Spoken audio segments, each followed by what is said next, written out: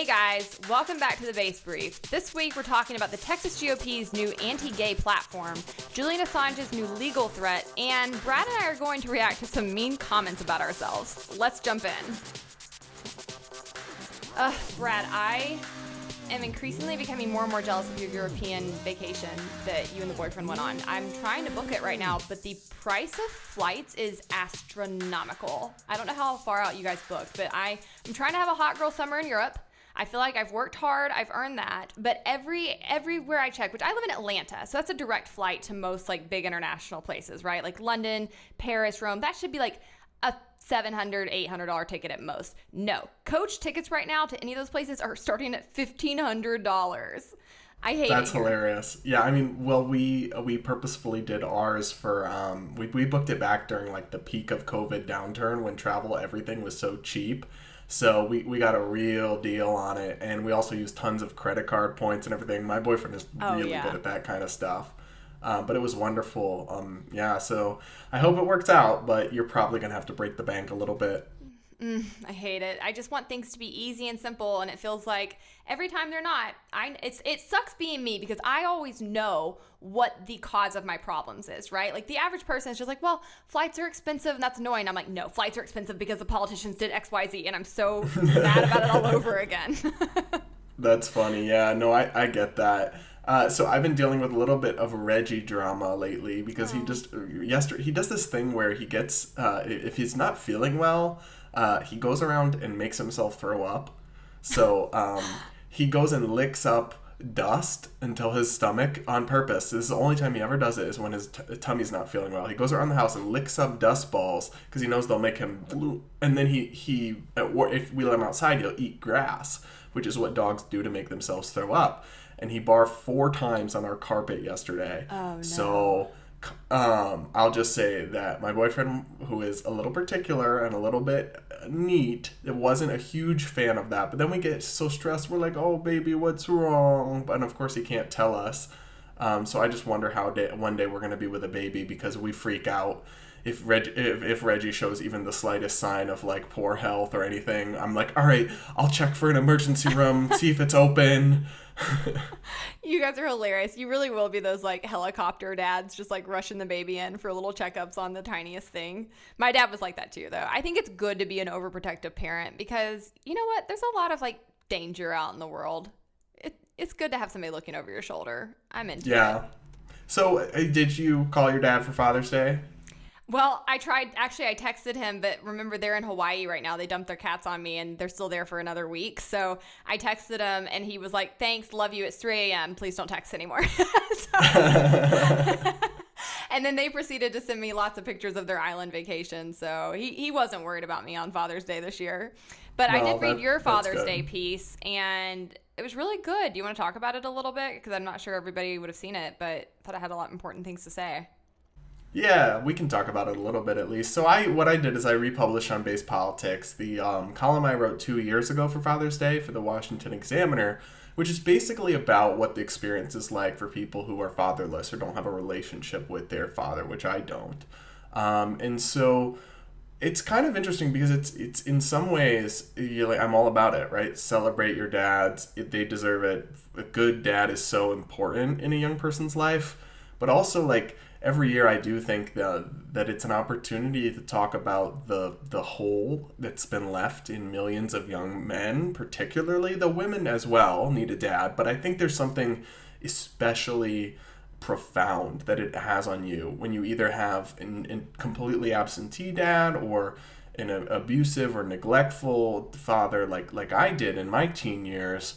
As a young man, when you're trying to come to grips with what does it mean to be a young man, who am I, when you don't have a healthy kind of masculine role model, I think it's really hard. I think it can be a real challenge and leads people down pretty dark paths. So that's what I write about. I mean, in many ways, I think I'm a success story and I turned out just fine.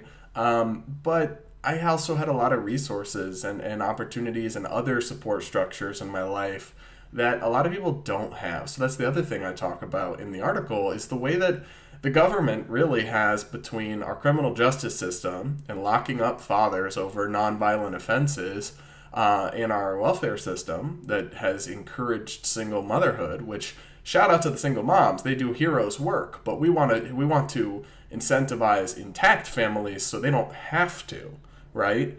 I'm absolutely not one to like stigmatize single moms, but what we don't want to do is make it like incentivize single parent households as a matter of public policy. But that's what the welfare system in many ways does, because you will lose benefits if you have a second parent in the household in many of these different programs. So I talked about all that. I think it's a pretty heavy topic. It's pretty emotional, pretty personal for me.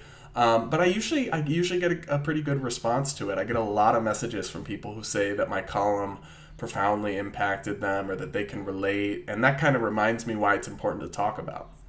Yeah, I remember when you first wrote the piece, and it was really, I thought it was very brave of you, because I think it's hard. You know, we're people who put ourselves out there on a lot of things, and we do that knowing we're going to get a lot of pushback and people who don't like us at times. But when you get into like these really personal matters, as far as, you know, your father, or like my choice not to have kids, like some of that can become very deeply personal and difficult to talk about. And I thought that it was really great that you were willing to share your story and your experiences. And I think it's important because it is something that's shared by so many people in this country. And there's such a push from the left to, I think, at times put down men, to act like men aren't necessary, to kind of even talk about like toxic masculinity, which I believe in toxic masculinity as something that can actually hurt men and women, right? When you get into these sort of confines of like what is and isn't manly behavior, like some of that is toxic, but it actually hurts men as much as it does women. But to say that men as a whole are toxic, or that masculinity as a whole is toxic, and it doesn't bear out, right? If that were true, you would see people who didn't have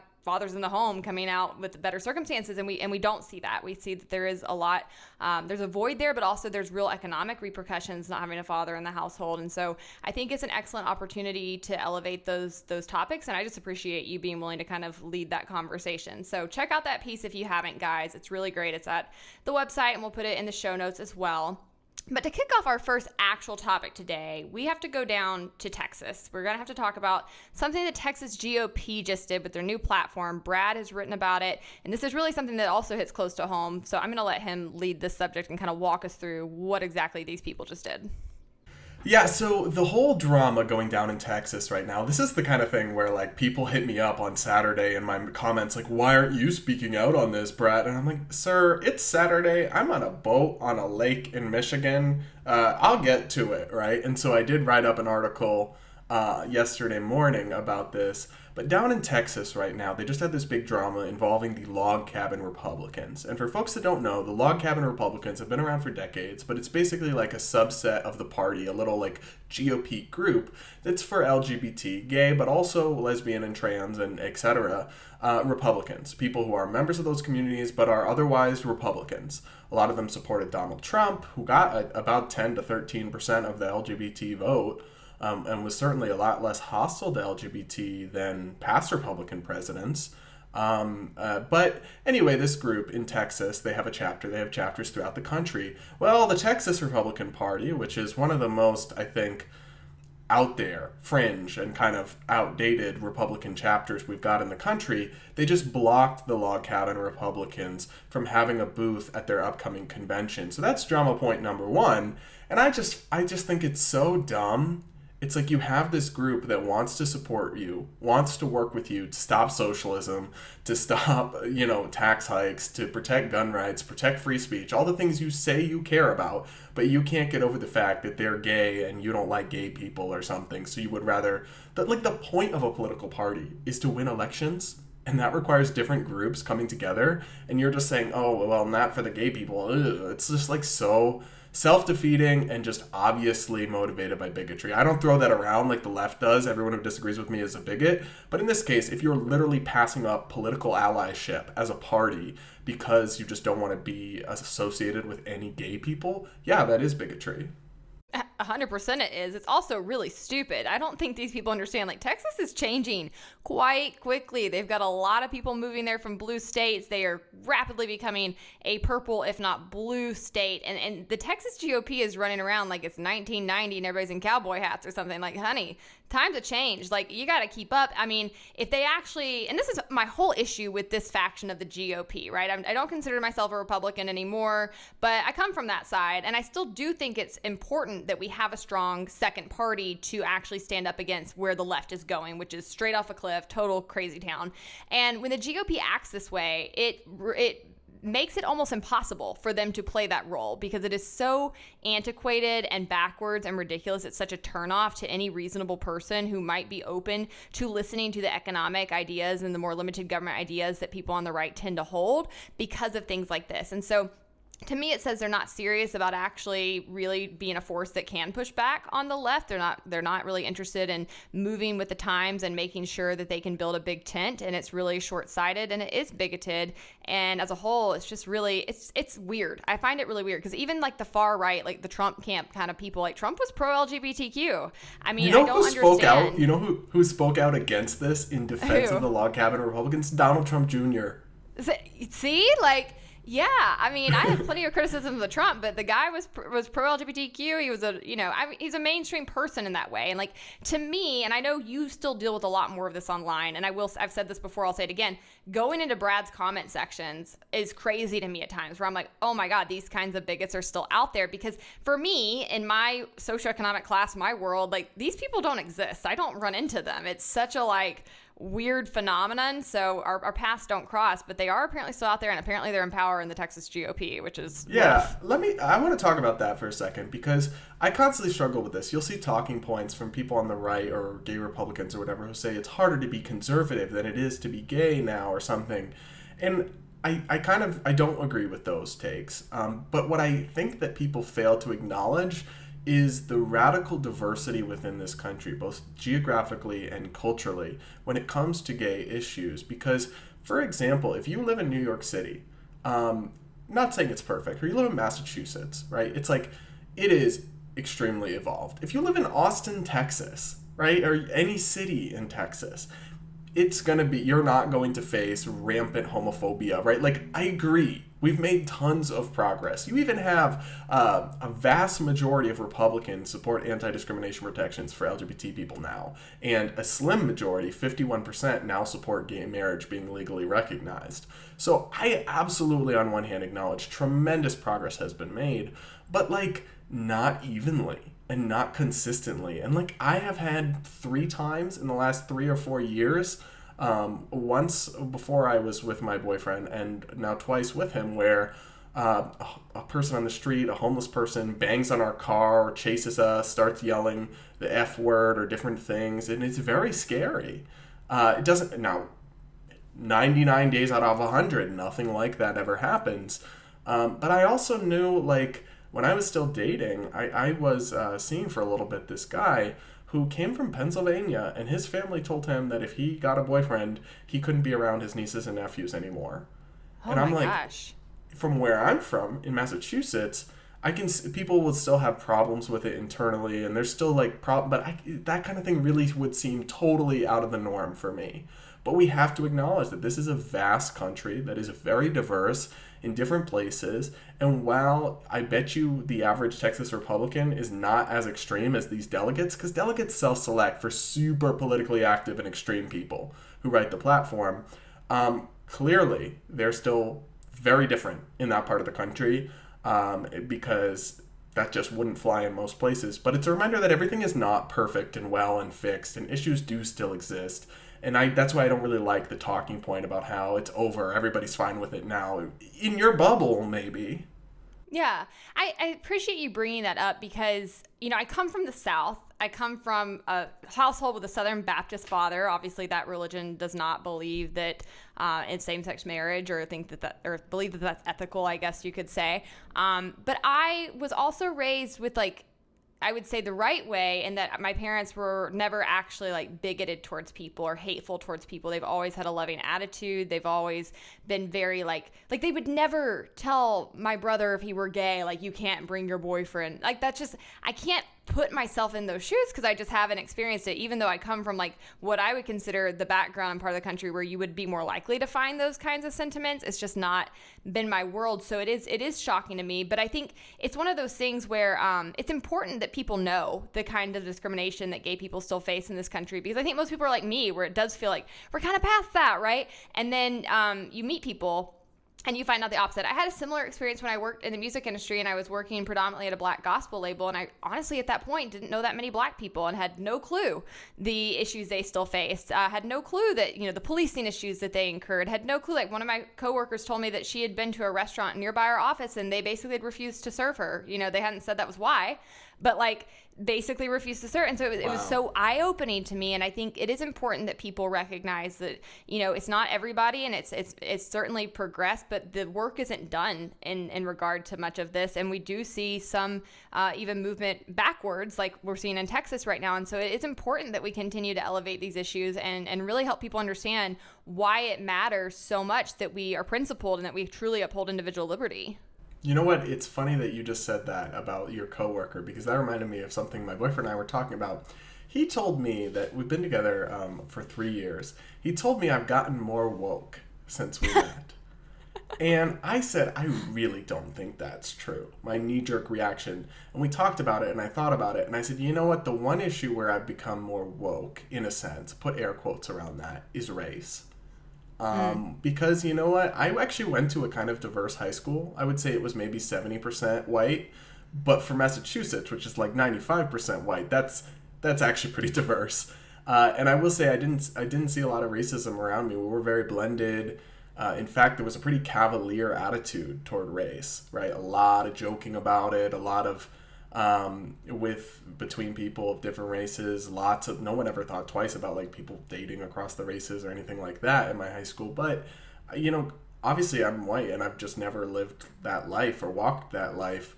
But as I think I've gotten older and my worldview has broadened and I've met and talked to different types of people and heard their experiences and their perspective, and learn more about things like our criminal justice system, I've definitely become more open to the idea of like something like systemic racism, not in the way the hard left means it, for sure, but also just, I think if your opinions and your perspectives never change, then I don't know that you're really very open-minded. So I would never say I've gotten more woke, because I view that with so associated with like toxic hard left identity politics, and I still disagree with them on so many things. But yeah, I mean, 19-year-old me might have said, oh, come on, racism is so ancient history or whatever. And now it's like I have the perspective to realize that, well, actually, when I meet somebody who's older and is African-American in their 70s, they lived through segregation. And like, whereas to me, that feels like, okay, textbook stuff, right? Yeah. So it's just, I think I've just gained that perspective. And I think people have and will on the gay issue as well, but apparently not in Texas.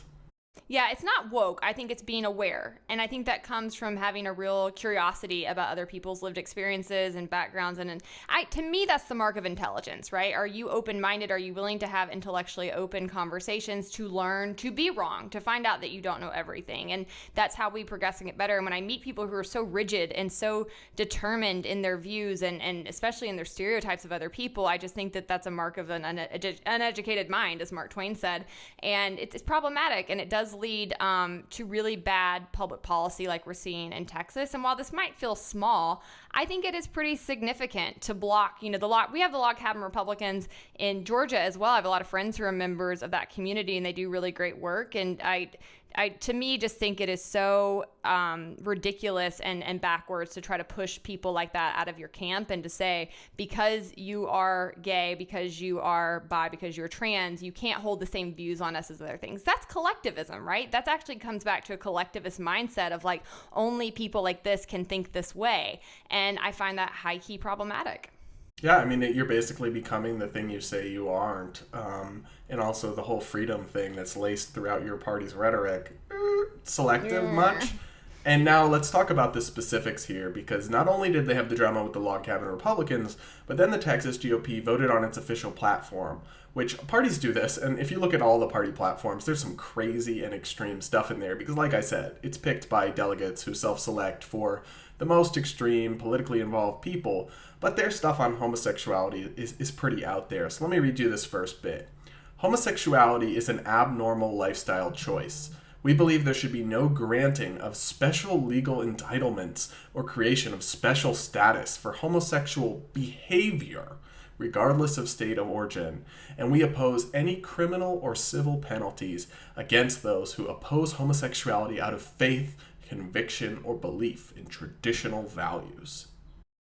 Did a Duggar write this platform? It sounds like one of the Duggars came in and wrote this platform, honestly. Like, this sounds like some fundamentalist, culty Christian stuff. And it's just, I care so much about the separation of church and state because I did grow up in such a religious atmosphere, and I have a lot of problems with organized religion. Like, I still consider myself a very spiritual person and have my, own religious views. But when you start getting into this kind of language, that comes directly from the sector of Christianity, and you're using it to try to use the government to force your religious views on other people. That is so problematic to me. I think it's led to, historically, many mass casualties. It's led to a lot of oppression.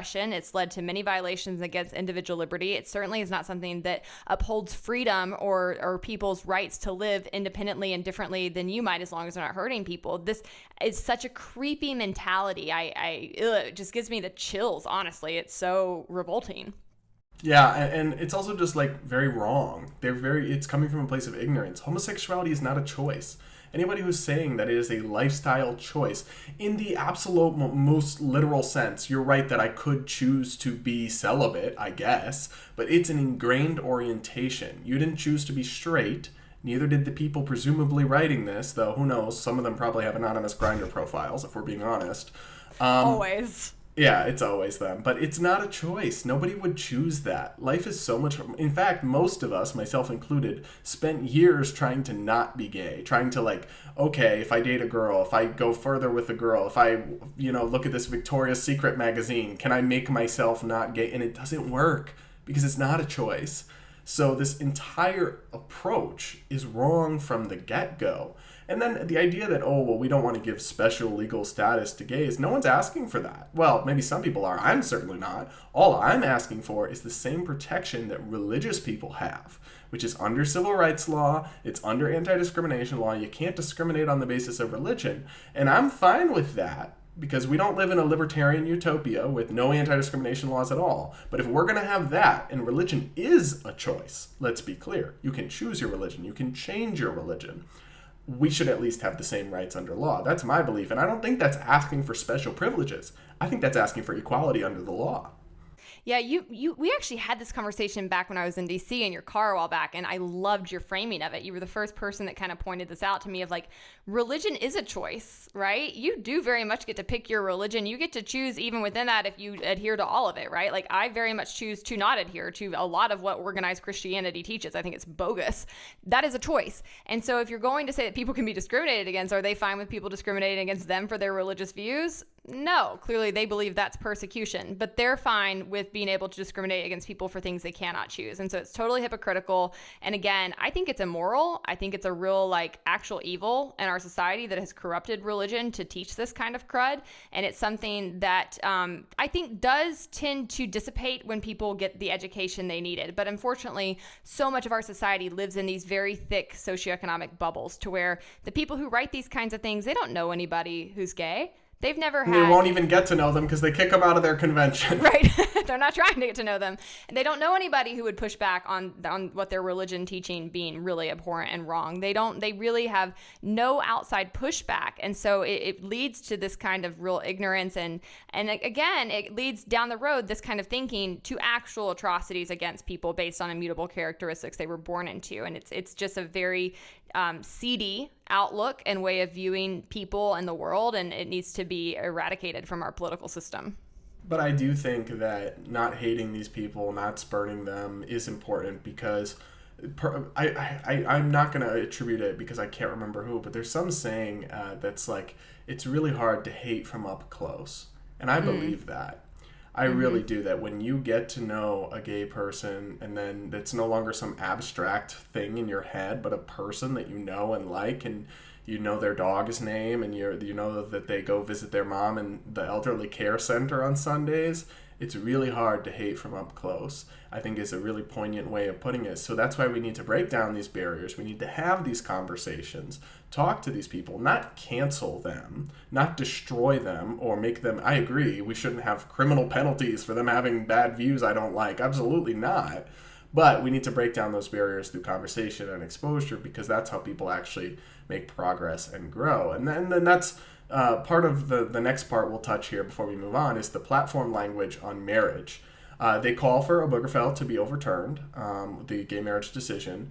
Now, that is actually a little bit tricky because the legal reasoning there is certainly debatable. You can make a good faith argument against the Obergefell legal reasoning, but they write that we affirm God's biblical design for marriage and sexual behavior between one biological man and one biological woman. And so they're enshrining their religious view of marriage into their party platform. And I just have a problem with that, because your political party should be about the role of government and public policy. And then it should be open to people of different faiths, or people who interpret their faiths of different ways, or people of no faith. And then that's something that we should hash out civically, right? Like, I'm not saying churches should be forced to celebrate or have gay marriage. I think it should be up to the churches if they want to have it or not. And the government should either have no role in marriage or accept the marriages across the board equally. Like, I'm not saying that your church should be forced to have my wedding and bend the knee and like, no, but there are churches that do accept gay marriage, and they should be free to accept it. We should be free to do it. And then we can all live side by side in peace. That's how I would rewrite the platform, right? But give me your thoughts on this. It's very specific language about the Bible and God in this party platform.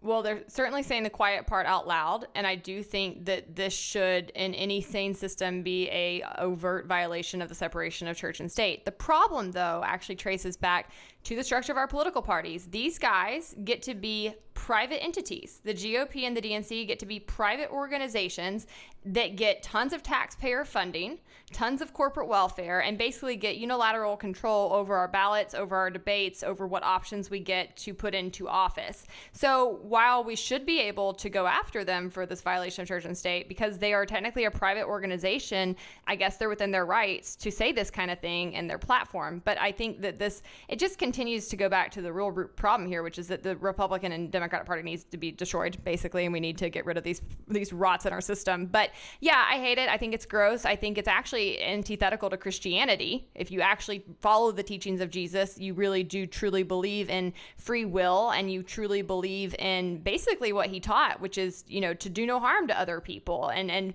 so I think that in doing this kind of thing and trying to use the government to force your way of thinking on other people and to force them to live according to whatever variation of Christianity you ascribe to, you're actually doing the opposite of what Jesus taught, which is that he wanted people to come to him freely. He wanted people to come of their own volition. He wanted people to choose to change how they live. None of this actually is on course with that. And so I think that it not only is very bad public policy wise, but I think there needs to be a real reckoning in Christianity in this country, because I don't think the vast majority of people who practice these religions even understand the teachings of them. And they go to a lot of churches that have been corrupted and that have become so coupled with the GOP that the vast majority of these people I meet actually worship the Republican Party and not the teachings of Jesus or the man of Jesus. They actually have really kind of gotten that confused, and I don't think can tell the difference at this point. And this Even is pretty, though that's literally idolatry.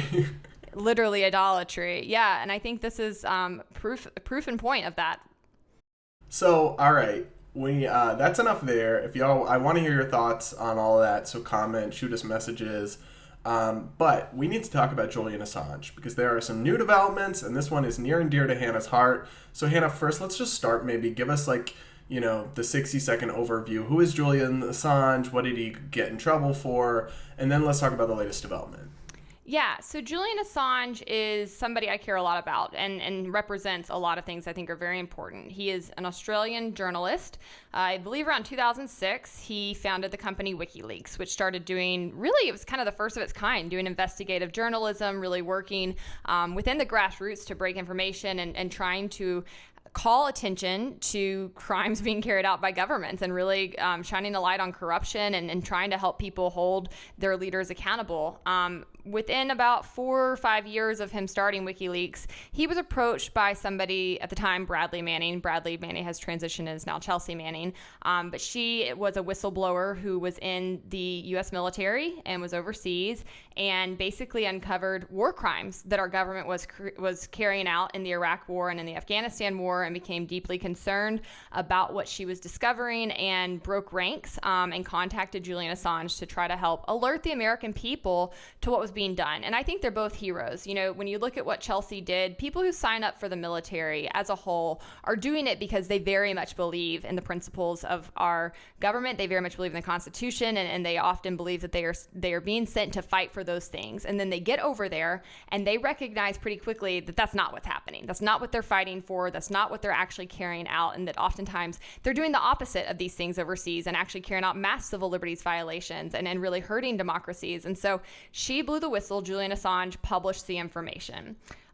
This information was pretty gruesome, and I covered this in a piece at base-politics.com. You can read and put some links in, but one of the things they released was a video that's come to be known as collateral murder that showed U.S. military members. It's so disturbing. I've seen it. It's so disturbing. It's blood chilling to watch. They kill multiple civilians, journalists, and they're laughing about it in the video. It's a really horrific thing to watch. She also helped him reveal what came to be known as the Iraq war papers and the Afghanistan war papers that revealed essentially that the U.S. government knew we were carrying out war crimes, and also that the U.S. government knew that these operations were failing and were continuing to push propaganda on the American people, saying the opposite and waste our resources. The list goes on, but what was revealed was significant. The American people had every right to know that these things were being done in our name and with our tax dollars. This is what journalists should be doing, is uncovering this kind of information and helping the people hold their government accountable. That's why our founders were so intentional with protecting a free press. They knew that without a free press, the American people would never have the resources that they need to actually be participative in their system and know what's going on. So Julian Assange was immediately persecuted, as was Chelsea Manning, under the Espionage Act. And essentially, Chelsea was already back in the States, so they were able to apprehend her. She was put in jail, given a very punitive sentence, has suffered being put in isolation, multiple suicide attempts. They continue to try to threaten her and try to make her hand over information on Julian Assange. She refuses to, so she at times, I think I would consider, has been a political prisoner as well. Julian was overseas, and so they have been trying to get their hands on But Chelsea Manning him. Was released by Obama, right? Commuted? Yes. Her sentence was commuted after 7 years, so she is free, although they have tried to apprehend her and basically, I think it was right around the beginning of 2020, in their pursuit of Julian Assange. They've continued to harass her and try to hold her and do lots of corrupt things still. So she's somebody else we need to be concerned about and have our eye on. But Julian was overseas, and basically they kind of cornered him. He ended up in the UK, and he sought refuge at the Ecuadorian embassy. And he ended up living there, I believe, for about 7 years as a political refugee. And then because of some disputes with the Ecuadorian embassy, he was kicked out, and the UK government then apprehended him. He's been in high security prison there ever since. So he is a political prisoner who is being held for merely telling the truth about what our government was doing. And it's pretty obvious to see why they hate him, because what he released, I think, had a significant... Hang on. Before we get into this, I do have a question. So he's a little different from some other whistleblowers because he didn't just publish the information. He helped hack it with Chelsea Manning into the government computer systems, right? That's what they're going after him for, in addition. Because that's, the New York Times publishes classified info that gets leaked to them all the time. The government doesn't lock him up. But he actually helped access information they weren't supposed to have through some computer stuff, right? He faces 17 charges of espionage and 1 charge of computer hacking. So yes, that is mixed up in there a little bit. I don't think he actually physically hacked into a computer. I think he gave Chelsea some tips for how she might access the information that she knew was there. But that's kind of getting a bit more into the weeds. But yes, all of that does combine to make the charges he faced pretty significant. And the U.S. government has been working for the past decade to try to have him extradited here. Now, the UK government was not initially cooperative with that because all of Europe and pretty much most of first world countries don't have the death penalty anymore, haven't had it in decades. And so a lot of them have a policy that they won't extradite people to countries where they might face the death penalty because it's considered a human rights violation throughout most of the Western world. And so there was concerns given the charges that he faces were he to be extradited to the U.S. that he might face the death penalty or really horrific prison conditions. The U.S. has been lobbying and working behind the scenes to try to guarantee that would not happen. But regardless of what they say, it is still likely he would face pretty significant time. Actually, let's roll this clip from one of his attorneys real fast. My name's Jennifer Robinson. I'm a legal counsel for Julian Assange and for WikiLeaks and have been representing Julian for over a decade. This is the outcome that we have been concerned about for the last decade. This decision is a grave threat to freedom of speech, not just for Julian, but for every journalist and editor and media worker in this country. He faces 175 years in prison for publishing information for which he's won journalism awards the world over and has been nominated for the Nobel Peace Prize. This should shock and concern everyone, every citizen, every journalist, every editor, every media organisation. We will continue to appeal. This is not the end of the road, and we will use every appeal mechanism available to us to prevent this extradition. We continue to call upon the Biden administration to drop this case because of the grave threat it poses to free speech everywhere and across the United States, and we continue to call on the Australian government to take action and to protect this Australian citizen who is at risk. So as you can see, they still feel very uncertain about his future were he to come here. I don't think anybody really feels he'd get a fair trial. And he would probably still face at least up to 175 years in jail if he were convicted in the U.S., though Americans continue to try to say that it would be lower than that. So there's no really saying what they do and what they won't do, because right now they're just lobbying to get him here. But Amnesty International Secretary General Agnes Callenard said that extraditing Assange would put him at great risk and sends a chilling message to journalists the world over. So regardless of what the actual outcome would be, there's everybody kind of is in agreement that it would probably be a pretty punitive punishment. And it's important to remember this guy was nominated for a Nobel Peace Prize for his work. He exposed war crimes. This is somebody who has been working on behalf of the people. But I think one reason he is so hated on both the left and right is that what he exposed actually did, I think, help change American sentiment towards these wars and really started making a lot of people question what we were doing over there. And that's the one thing that DC won't abide by, right? They want their wars. Both the right and left are in on this. They make a lot of money off of it. And so they hate his guts. And then on the left, he had some people who were, traditionally anti-war who supported him. But he also then exposed the DNC basically rigging their elections in 2016 and what they did to kind of knock Bernie Sanders off out of the race and put Hillary Clinton in. And so now the left just hates him no matter what because of that. So he's got a lot of political enemies. I actually, after doing some work on this previously, was contacted by his brother. I've been in contact with him ever since. He and the family and their attorneys are continuing to work to appeal these decisions and are working very hard for his release. They are asking senators specifically to work to try to have him pardoned. I see no real hope of that from Joe Biden.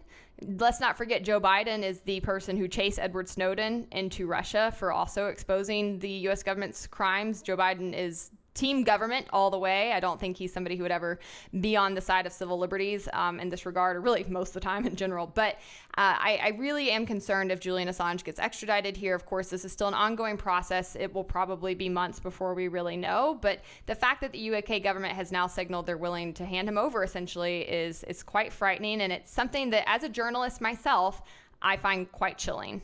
Yeah, and that's where it really comes in, because some people will say he's not a real journalist. And it's like, first off, the First Amendment doesn't make an exception for only accredited journalists at a good institution that has the mainstream approval or anything like that. And that would be a very dangerous path to go down. Anybody has the freedom of press whenever they are acting as a journalist. And that means publishing messages or information that are of public interest about the government absolutely qualifies. And so I do think it's concerning because so many things are leaked that we would never know about that the government has done. It's just terrible to think that we wouldn't know what they've done in terms of killing those civilians, in terms of the Afghanistan papers and how much of a failure that war was. There's so many things that have been leaked to journalists that we then find out what the government is doing. What are we supposed to do? Rely on the government to tell on themselves, to be transparent with us? That's just hopelessly naive. So this idea that this makes him the bad guy, I think the real bad guy is whoever made the order to kill civilians and then whoever laughed about it here. There are criticisms to be made of Assange, and I don't really know enough about it to know whether they're legitimate or not. I mean, I've read about people saying that he only releases dirt on the US and never on Russia or other corrupt governments. I don't really know if that's true, but I almost think it doesn't really matter. I mean, if what he's releasing is true, it's true, regardless of the origins, even if Russia leaked it or whatever it might be. Even if he's not maybe applying the same scrutiny to other countries, okay, I mean, sure, but that doesn't make him not doing an actual service to us, and it doesn't make what he's saying not true. So to me, those seem like, I don't really know enough to even say if those are legit criticisms, but regardless, they kind of seem off topic to me, or like they miss the point. I mean, one person can't do everything, right? That's like saying we don't criticize other governments enough. We know about what the U.S. government's doing. That's our area of expertise. We know about public policy here. I might make criticisms from time to time about other countries and their government, but one person cannot possibly do it all, cover all the corruption that's out there. So I find that to be kind of a silly arguing point. There's also people who will try to say that when he exposed these things, he got people killed and he like put people's lives in danger. But that camp can never produce even one single tiny shred of evidence to that effect. There's no reason to think that what he released actually ever got anybody killed. What it did is it killed the propaganda for the war machine that was going on for those wars overseas, but there's no indication that the information he released actually was classified, quote, quote, or actually really hurt the military members who were overseas. So there's a lot of, I think, bad faith arguments going against Julian Assange that actually trace back to the fact that people don't like what he's revealed, right? It hurts their camp, it hurts their narrative, and there's, a lot of people who really hate truth tellers and people who will speak out. The bigger problems I see is worldwide. Freedom of the press has been diminishing for some time, specifically in places in Europe, right? We continue to see a progression away from really standing for free speech. Their laws have not been as good as ours around free speech or the free press. And America's kind of been considered like the bastion, right, for journalists and for people who want to be able to talk about what government's actually doing. And so to see the U.S. government perpetrating this actual like full campaign against Julian Assange for a decade, spending God knows how much money and resources trying to get him extradited here, is really indicative of how fast we're declining and how quickly we're moving away from truly supporting freedom of the press and free speech. I think it's scary to see how few journalists in America are speaking out in favor of Assange and really elevating this issue even. It's just something that I think is, it's indicative of a deeper problem in the system. This is bigger than just Julian Assange, though certainly we are concerned with his, individual liberty in life, but it really is something that represents a much bigger problem, in my opinion. All right. Well, while free speech may be under attack, and certainly most egregiously by the U.S. government, there is still plenty of it to go around, and a not insignificant number of people are using their free speech to criticize me and Brad and be mean to us online. And I will say this, I typically really try to avoid the comment sections because I've got a pretty thick skin, but there's something that happens to you mentally when you sit and you read 20 negative comments about yourself. Because the thing is, we know we've got a lot of supporters out there and friends, and we know that there's a lot of people who agree with us and are invested in our work, but they tend to be a little quieter, right? They're not the loudest in the room at all times. It's the angry ones who are loud. The angry people are so loud and they're so mean. And so I mostly avoid comment sections for that reason. I've just learned it's better for me mentally. In fact, last year when base was really kind of blowing up, there was kind of the alt-right pushback where they thought base was their word and they were trolling me really hard. And they kept mocking my nose, which I've always thought I had a perfectly fine nose, but it got in my head and I started being like, do I need a nose job? And I was asking people around me and they were like, no, your nose is fine. But like it can really get into your head. So I typically avoid this, but for the sake of entertaining you guys, we thought we might read through some of these comment sections today and react to them. So I actually haven't seen most of this. Brad did the real dirty work of compiling some of these for us to react to. So I'll let him kick us off. Yeah, so we picked these from different YouTube appearances we've done where the audiences were more hostile, including on like the Young Turks. And some of them are mean, some of them are also really funny. So this one is about Hannah by Golfing RN. It says, her eyes are brown for a reason. She full of shit. Ooh, got me. I feel like that's something that's been said to me for a long time. If you have brown eyes, like you're full of shit, which is mean, but it's a little clever. I don't know. It's a little funny. It can stand. All right, this one is from Finding My True Self, and it's about Brad, and it says, that dude don't even look human. Something's off. ... He must have drank a lot of coffee. He looks wired up. I mean, you kind of got me there. I usually am pretty wired up. I drink a lot of coffee. I've got a touch of the ADHD. So, and also they always comment on my eyes because sometimes I don't think in real life I look bug-eyed, but sometimes on video I do because when I'm focusing, I forget to blink enough. We have the opposite problem. You don't blink and I blink like nonstop. I've noticed this on our TV appearances. It's kind of funny. All right, so this one is from Carl, and it says, she is gorgeous, but totally wrong. Well, okay, I'll take it. Call me pretty and tell me I'm wrong. Hot. Okay, so next up we have one from Sandcastle, and it says, nah, man, this guy looks unstable. They need to check his hard drive and take any weapons he has. Those are guilty eyes. Jesus. What's a guilty eye? This dude's trying to red flag law me. Do you see? You see how this will get used against people? They don't like how you look. They're like, this guy looks shifty. Take his guns. What do they think is on my hard drive? What does that mean? You can look, bro. There's It's just a lot of edits at the base brief. It's literally full. My computer is full, and it's all just clips of me and Hannah. Yikes, that one. That one made me geek out. They think I look like a serial killer. They really do. Those are guilty eyes. Like, this is how juries actually like vote, and that's what should terrify everybody. They're like, meh, don't like the way he looks. Like, probably guilty. So Calvin says, now I see why airbags was invented. This woman drives scary. How does he know how I drive? I know it's on a video of your political commentary. I have no idea. But he's not wrong, though. Listen, sir, you are not wrong. You are not one bit wrong, sir. I am an atrocious driver. I can't wait for autonomous cars. I terrify myself. I've got no rebuttal to that. He's got me pegged, so got a good read.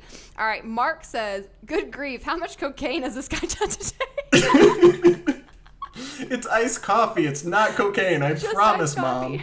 My mom's listening to this right now, and she's going, oh, dear. Hilarious, because Brad is the most straight-laced person you'll ever meet in your life. Like, it's just coffee. He just likes coffee. Yeah, I definitely have never done cocaine. No. All right. Next one is from Lois that says, this woman's privilege is leaking. You know... Gross imagery. It's leaking. It's weird sentence structure, gross imagery, but like I've never understood the privilege thing sends me. It's like, yeah, I do have some privileges. Like I'm pretty self-aware of what those are, you know? And actually, like, I think the real privilege is being economically illiterate, like most of our enemies are, and thinking that you're doing good when actually your ideas hurt people, right? Like, that's actual privilege, should be so far removed from the outcomes of what your bad ideas do that you don't know it. So, I don't know. When they say privilege, like... It's not an argument. It's like it doesn't make what you're saying more or less true. And the leaking thing just gave me all sorts of imagery I did not want. It made me think of like periods and tampons but privilege, and I'm like, why did you do this to me, Lois? No, I don't like it. And also, like, I don't think privilege is an insult. Like, yeah, be aware of privileges you might have and how that might impact how you view things, but that doesn't negate things that you're saying just because you have a privileged background. Like, it's just not an argument.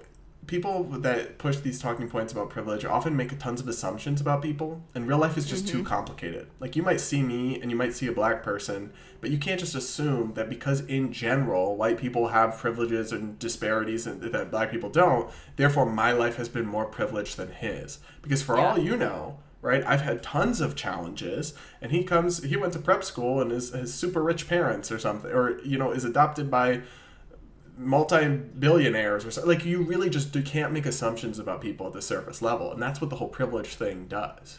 Yeah, that's a great point, and actually, like, kind of ends up being racist in itself in that way, because you're saying, oh, you look like this, you must have these backgrounds, like, which is why I always say the left ends up being so much more racist than anything I've heard on the right by these kinds of arguments. But we'll keep it moving. All right, Love Inspired 7 says, am I the only one thinking that dude on the left looks like he has a mouthful of chiclets? Hashtag big chompers. What is a chiclet? I don't know. Let's look it up. Chiclet. Is it like that gum you Images. used to Oh, it's the gum thing. Yeah, That it's gum. the gum thing. Yeah. LOL. I do have I often get complimented on my teeth because I had braces, Yeah. so they're kind of perfect. But I guess they're large, but I'm a large man and I have a large head, so.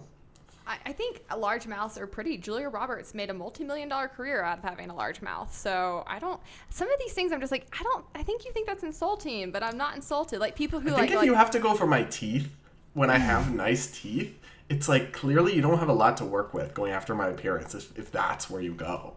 Yeah, it's like people making fun of my nose. It's actually really good. I have a good nose. Yeah. All right. What's up next for me? So Taurus says that you are nothing but a lost Karen. Karen? This cracked me up because you are in so many ways the anti-Karen. I have been waging war on Karen, which is pretty Karen of me, I guess, come to think of it, for the past year and a half. Also, have you seen my hair? Have you seen this hair? I have beautiful hair. I would never have a Karen It's not short cut. and blonde and cropped. No. Like, ugh. All right. This guy, he doesn't know me. And this is another thing that kind of makes me mad is like you'll see these comments. I'm like, you've done zero research into who I am as a person, the work I've done. And unlike most people, you can easily Google me and find out pretty extensively all the things I've done in my career. When we do appearances on other networks, whether it's Fox or the Young Turks or whatever, and I was going through the comments to find these, so many of them are things that don't apply to us. They're like, really? Well, y'all supported Trump, so ... And we're like, No, we didn't. Or they're like, oh, y'all don't seem to care about small government when it comes to XYZ issue where we literally also have different views than they're assuming. Like, it's just so callous because I think the people just have such groupthink. They think all right people are like this and all left people are like this, and it's real life is a lot more complicated. Well, they're lazy people. They don't have any intellectual prowess, right? If you're actually somebody trying to be involved, then you're into the nuance of conversations. You're actually looking to see what people truly believe. But the two-party system has conditioned people into this like tribalism where they get to be lazy and they don't have to think and they can just make all kinds of assumptions about anybody who's not in their camp, even if they're drastically wrong. They can't imagine somebody who exists outside of this paradigm of the two-party system. And it's like when you come online and make these kinds of insults, you kind of just reveal your own ignorance. If you think everybody who has like a free market worldview like Trump, like, oh, sweetie, like, tell me you're not very involved in politics and probably should sit out voting for a little bit until you get a little more informed. Like, it's not the dunk you think it is. All right, but this next one on Brad is like high-key funny. It's from Diana Ruiz, and they say, someone needs to check that guy's basement. Again, they think I'm a murderer. They think I'm a serial killer. Like, I don't know what it is about you. Like, you're such a good-looking guy. And they're like, no. Here, actually, oh, I know what it is. It just hit me. I saw this TikTok the other day, and this guy, really good-looking guy, he's like, you've been conditioned to think people like me are the asshole from 1980s movies. And he's like, I could walk into a party, eat a chip, walk out, and people would be like, that guy was a dick. And it's like, that is true. The 80s and 90s movies always made the really hot person, like, the bad guy. Have you noticed that? Yeah, that's my Especially, problem. like, I'm just so hot. They just can't the handle rom-coms. it. That must be it. I completely agree. I think so this next one about you is from somebody named Reggie. Aw. And I won't be saying all after this. This woman is just another racist demon of the world. Got it. Meanwhile, I've done more to combat systemic racism than most of the left combined. Okay. Like, again, you just look stupid, dude. Like, what could you possibly have said on this Young Turk stream to make you a demon? Right? I'm on there being like, government made higher education more expensive. And they're like, kill yourself. Like, it's just bizarre. All right. Will Holsey says, why does Brad look like a poor, sober Steve O?